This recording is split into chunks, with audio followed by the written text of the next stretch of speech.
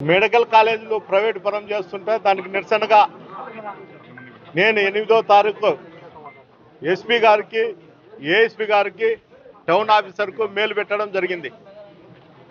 నేను 12వ తారీఖు ఇట్లా మా స్టేట్ ప్రోగ్రామ్ ఉంది, మెడికల్ కాలేజీ దానిపైన ప్రైవేట్ పరం చేయకూడదు అనే దానిపైన ఆ ప్రోగ్రాంకు నాకు తాడిపత్రిలో పర్మిషన్ ఇవ్వండి అని అడగడం జరిగింది. అందులో భాగంగా రాత్రి 10:30కు మీరు ఎనీ మండల్ ఎక్కడన్నా కానీ ప్రోగ్రాం చేసుకోవచ్చని స్టేషన్ ఆఫీసర్ అయినటువంటి సిఐ గారు నాకు మెయిల్ పెట్టడం జరిగింది. ఎట్లా ఇప్పటికిప్పుడు చెప్పి మీరు మెయిల్ పెడితే నేను ఏ విధంగా నేను మా కార్యకర్తలకు కానీ వైఎస్ఆర్సీపీ నాయకులకు కానీ తెలియజేసేదంటే మీరు మెసేజ్ గుండా తెలియజేసి మీరు ప్రోగ్రాం పెట్టుకోండి అని చెప్పడం కూడా జరిగింది. అక్కడ ఉండేటువంటి యాడికి సిఐ గారు మీకు పర్మిషన్ ఉంటే చెప్పండి, లేకపోతే లేదంటే తిరిగి నేను టౌన్ సిఐ గారికి ఫోన్ చేసి సార్ ఈ విధంగా యాడికి సిఐ గారు చెప్తున్నారు ఎట్లా నేను అని చెప్తే నేను ఏఎస్పీ గారితో ఫోన్ చేయిస్తా మీరు పోండి అని చెప్పినారు. మళ్ళీ ఆయనే నాకు ఫోన్ చేసి ఏఎస్పీ గారు ఫోన్ చేసి యాడికి సిఐ గారికి చెప్పడం జరిగింది, మీరు పోండి 9 గంటలకు ఇక్కడ నుండి అని. నేను పైన నుండి కిందికి దిగొచ్చేలకు పోలీస్ అధికారులు నన్ను అడ్డుకోవడం జరుగుతుంది. మీ ఫ్యామిలీ మెంబర్లు తప్ప ఎవరన్నా పోయే ప్రోగ్రాం చేయండి అని. అంటే ఈ రాష్ట్రంలో తాడిపత్రి కాన్స్టిట్యున్సీలో నేను ఎక్స్ఎమ్మెల్యేని కాదా? నేను ఎక్స్ఎమ్మెల్యేని కాబట్టి నేను ఇక్కడ ప్రోగ్రాం చేసే హక్కు నాకుంది. మా నాయకుడు జగన్మోహన్ రెడ్డి గారి ఆదేశాల మేరకు ఈ ప్రోగ్రాం ఖచ్చితంగా నన్ను కంటెస్ట్ చేయమని వాళ్ళు చెప్పడం జరుగుతుంది. నేను కూడా చేయడానికి కూడా సంసిద్ధంగా ఉన్నాము. అందరికి కూడా మెసేజ్ పెట్టి యాడికి రమ్మని చెప్పడం కూడా జరిగింది. పొద్దున్నే తీరా నేను 9 గంటల కిందికి దిగొచ్చి పోదామనుకునే లోపలనే వచ్చి మీరు పోయే కాదు, నీకు ల్యాండ్ ఆర్డర్ ప్రాబ్లం ఉంది, నీకు ప్రాణహాని ఉంది, అందువల్ల నువ్వు పోయే కాదు అంట. ఎవరి వల్ల నాకు ప్రాబ్లం ఉందనేది చెప్తే అది చెప్పలేకున్నారు ఆఫీసర్. అంటే సర్టన్ ఆఫీసర్కు ఏదన్నా ల్యాండ్ ఆర్డర్ ప్రాబ్లం ఉన్నా ఇంకోటి ఉన్నా కూడా ఆ అధికారులు మాత్రము రక్షణ కల్పించాలా తప్ప అందరినీ ఇళ్లలో కూర్చోపెట్టే సంస్కృతి రాష్ట్రంలో ఎప్పుడూ లేదు. చంద్రబాబు నాయుడు ప్రభుత్వం వచ్చిన తర్వాత అధికారులు వాళ్ళ ఉనికి కోసమో లేకపోతే ఇక్కడ ఉన్నటువంటి ఎమ్మెల్యేనో లేకపోతే మున్సిపల్ చైర్మన్ మెప్పు కోసమో నన్ను ఇక్కడ కూర్చోపెట్టడం జరుగుతుంది.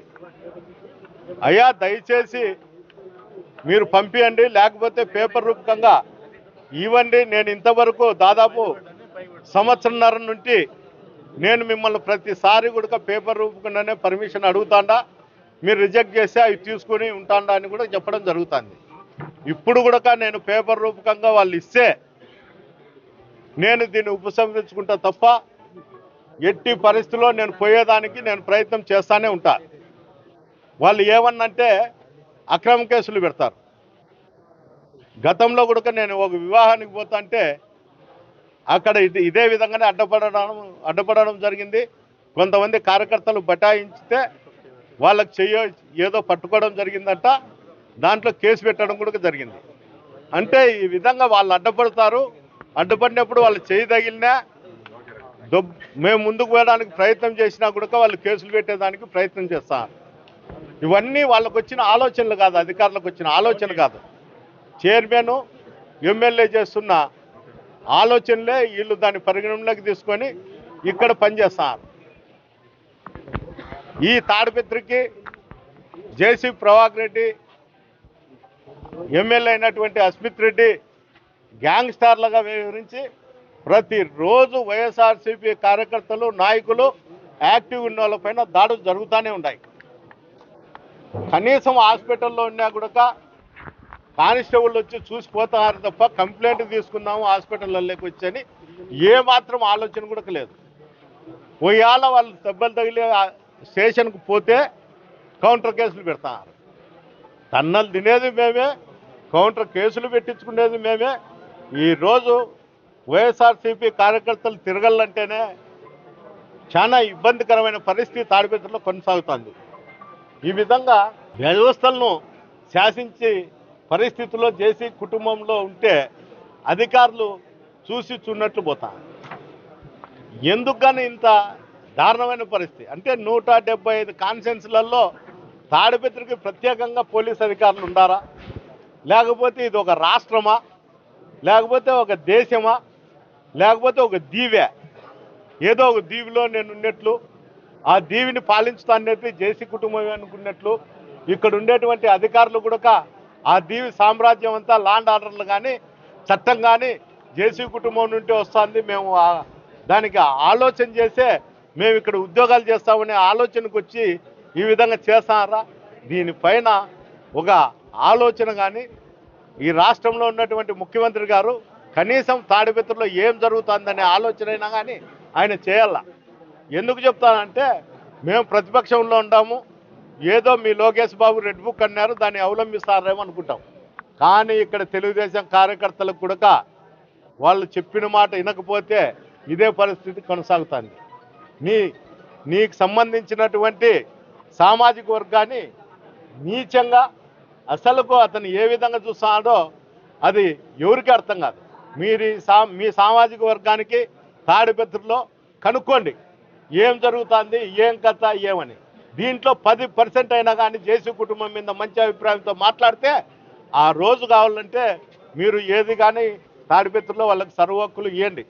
పోలీస్ అధికారులకు కానీ జేసీ కుటుంబానికి కానీ మీరు హత్యలు చేయండి, ఏమన్నా చేయండి, మేము ఉంటాము, మా సామాజిక వర్గాన్ని కూడా పెద్దపేట వేసి కూర్చోబెడతా ఉన్నారనే ఆలోచన మీకు కూడా రావాలా ఏ విధంగా ఉందనేది.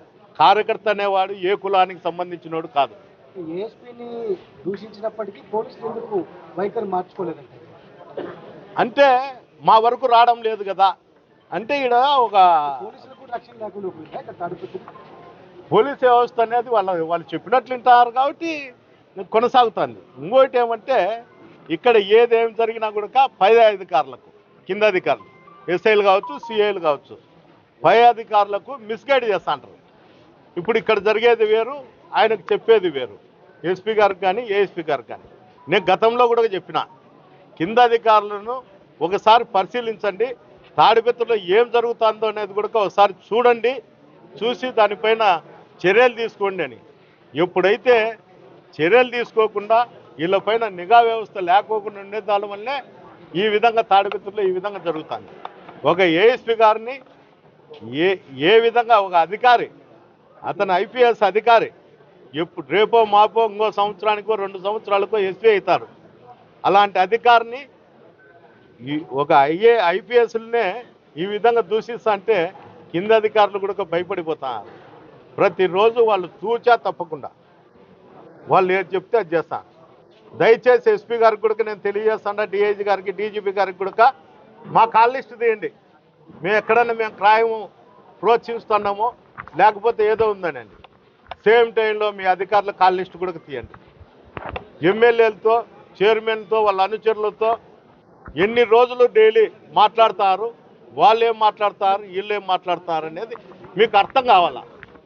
ఎప్పుడైతే మీరు ఈ విధంగా చేస్తే అందరూ కూడా చట్టానికి లోబడి పనిచేసే పరిస్థితి వస్తుంది. ఇక్కడ జరుగుతున్న వ్యవస్థలో ఇక్కడ జరుగుతున్నది పై అధికారులకు 2% 3% తెలుసు. ఇప్పుడు నేను యాడికి పోతే ఏదో భూకంపం వచ్చినట్లు, లేకపోతే ఏదో తుఫాన్లో వచ్చి అన్నీ కొట్టకపోతా అన్నట్లు సృష్టిస్తారు ఇక్కడ అధికారులు. ఇక్కడ ఏమీ జరగదు, ఏముండదు. కేవలం వాళ్ళు చేసే మెసేజ్ల మీద ఆధారపడే ఉద్యోగాలు చేస్తున్నారు. మెసేజ్కే ఇంత భయం ఉన్నప్పుడు ప్రతిరోజు మా కార్యకర్తలను కొడతా అంటే కనీసం చర్యలు కూడా లేవు. కొడతాడు, అర్ధ గంటలోనే మేము పేషెంట్ని అనంతపురం తీసుకుపోయే లోపలనే వాడు మా వెహికల్లో గడ్డం వచ్చి తిరుగుతుంటాడు. ఇంకోటి ఏం చెప్తాడంటే ఎక్స్ మున్సిపల్ చైర్మన్ గారు, ప్రజెంట్ చైర్మన్ గారు పెద్దారెడ్డిని పంచెలు ఉడికి కొడతామని అతను చెప్తాడు. వాళ్ళ కౌన్సిలర్లు, మహిళా కౌన్సిలర్లు పంచె ఉడిగుతా అని వాళ్ళు చెప్తారు. ఎవరో ఒకరు ఉడిగితే అది వాళ్ళకు కూడా అర్థమవుతుంది ఎట్లుంటుంది అనేది. ఓర్పు అనేది ఒక స్థాయి వరకు ఉంటుంది. వాళ్ళు ఏం చెప్తారంటే నువ్వు ఫ్యాక్షన్ చేస్తా అని చెప్పినా గతంలో. ఖచ్చితంగా నేను ఈ బుద్ధి చెప్తా, అవకాశం వచ్చి నాకంటూ సమయం వచ్చి అన్నీ జరిగినప్పుడు వాళ్ళ కోరిక అయితే నేను ఖచ్చితంగా నెరవేర్చా. ఇప్పుడే నెరవేర్చాలనేది ఏం లేదు, దానికి సమయము, సందర్భము అన్నీ ఉన్నాయి. ఆ సమయము సందర్భం వచ్చినప్పుడు బ్రహ్మదేవుడు ఒకడే నాకు వరం ఇవ్వాల తప్ప, నాకు చిన్న చూపు చూడాలి తప్ప ఎలాంటి దీంట్లో సందేహం లేదని కూడా ఈ సందర్భంగా మీకు తెలుసు.